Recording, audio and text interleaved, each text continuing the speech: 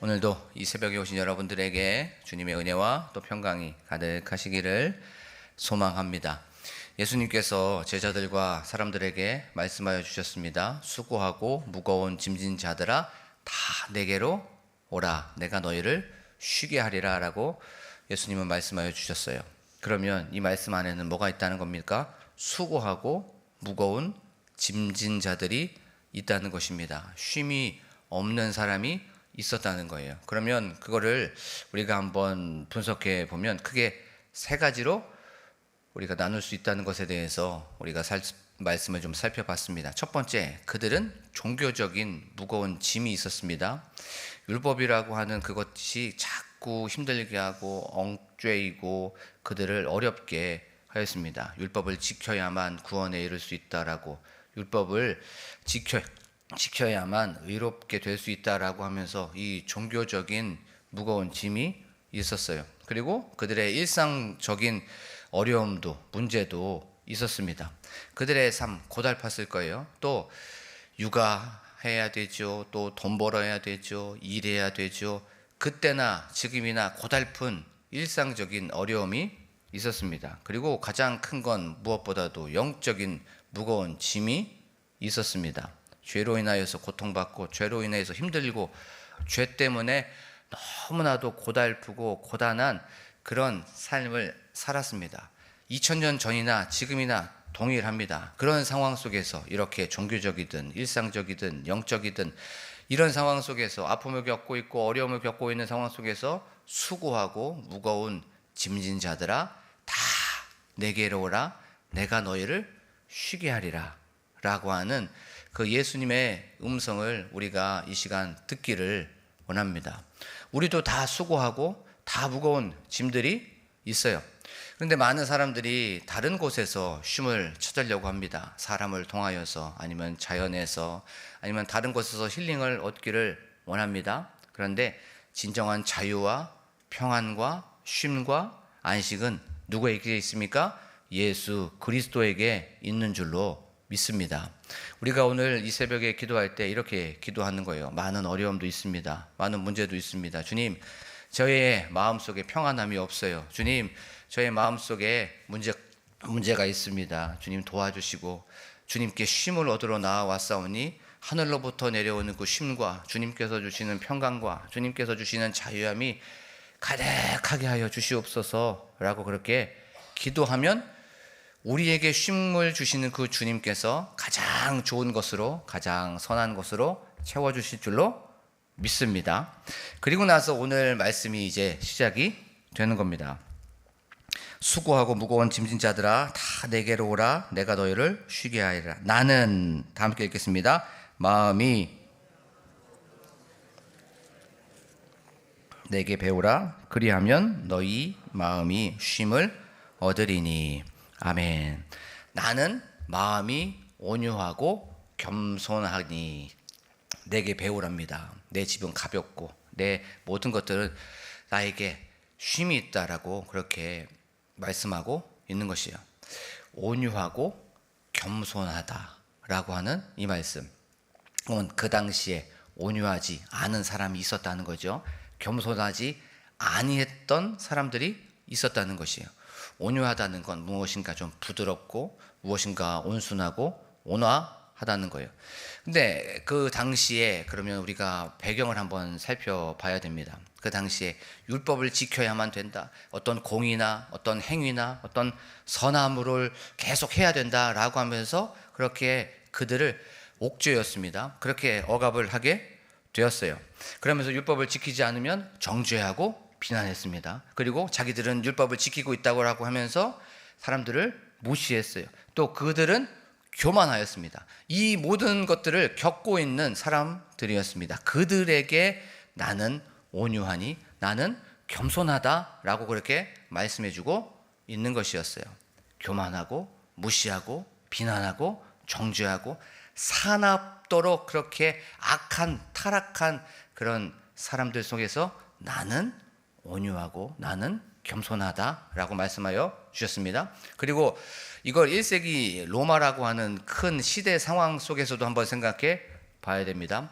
로마의 세계관은 온유랑 맞지 않았습니다. 그들의 세계관, 무엇인가 힘의 논리가 그리고 적용되는 그런 상황이었습니다. 무엇인가 지배하고 통치하고 빼앗고 굴복시키는 그 로마의 헤게모니 속에서 무엇인가 다 통치하려고 하고 지배하려고 하고 빼앗고 교만한 상황 속에서 온유함은 미덕이 아니었습니다. 남자다운 것이 아니었어요. 그 당시의 미덕은 강함이었습니다. 힘, 권력, 통치, 다스림, 이 모든 것들을 지배하는 것이 그들의 세계관, 1세기의 로마의 어떤 가치관이었는데, 예수님은 그런 상황 속에서 나는 온유하다라고 그렇게 말씀해주고 있습니다. 그 당시에 온유했던 건 노예들이나 비천한 사람들에게 사용하는 단어였어요. 왜냐하면 그 사람들이 힘이 없었기 때문에 온유할 수밖에 없었고 부드러울 수밖에 없었던 거예요. 온순할 수밖에 없었던 것입니다.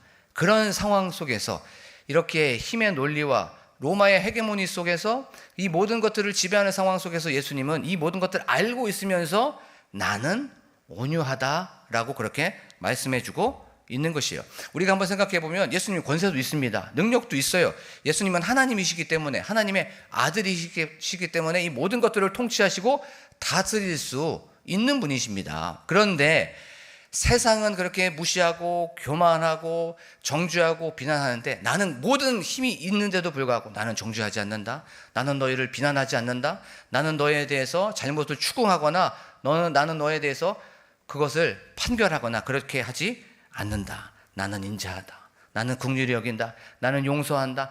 나는 사랑이 있는 그런 창조주야. 나는 그런 메시아야. 라는 것을 바로 나는 온유하고 나는 겸손하다라고 하면서 내게 배우라라고 그렇게 성경은 말씀해주고 있는 것이에요. 자, 그러면 이 말씀을 예를 한번 들어보겠습니다. 예수님의 그 온유에 대해서. 예수님이 십자가 지기 전에 이제 사람들이 예수님을 막 잡으러 왔습니다. 그랬을 때 베드로가 칼을 들어서 한 사람의 귀를 딱 떨어뜨리게 되죠. 그때 예수님께서 이렇게 말씀하십니다. 내가 하나님께 기도하여서 12군단이나 더 되는 그 천사들을 내가 그렇게 불러오게 할 수 있지 않느냐?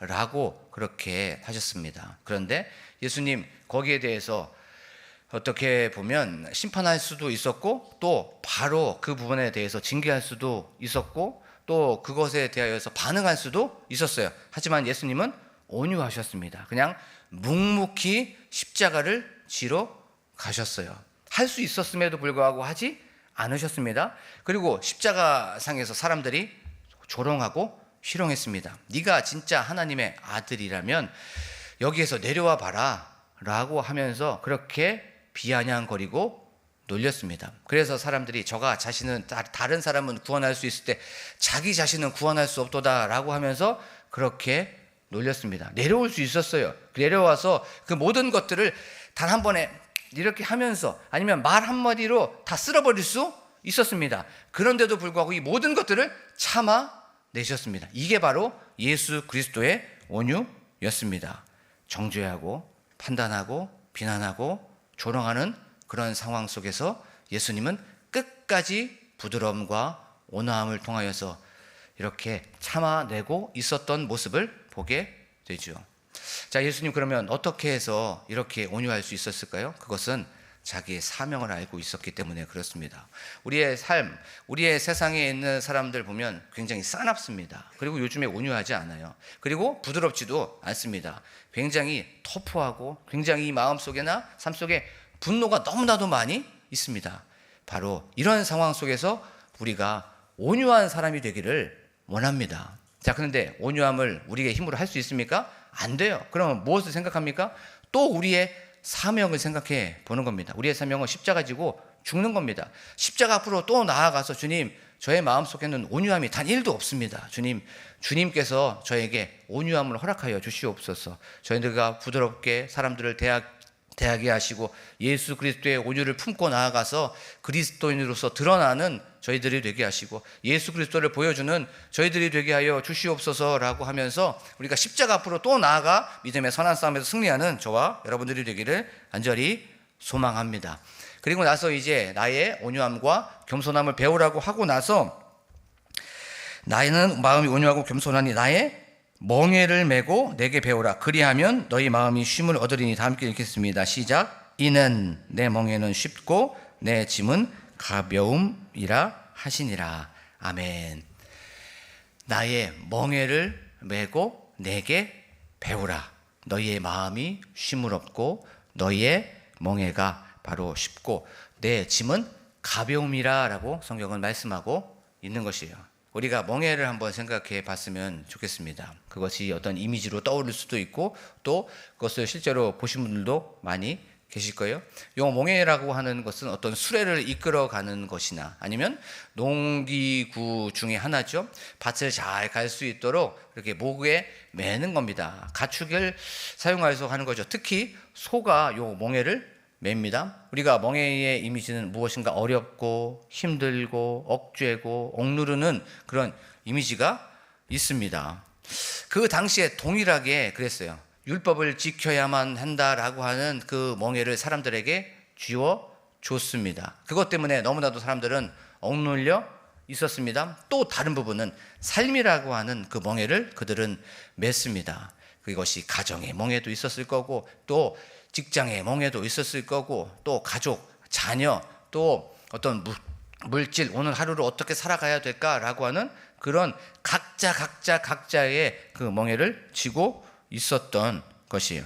그런데 우리가 이 멍에를 지금 이 상황에서 생각하지 말고 2000년 전 그 당시에 원독자 개념으로 한번 생각해 보겠습니다. 그 당시에 멍에는 1인용이 아니라 2인용이었어요. 2인용.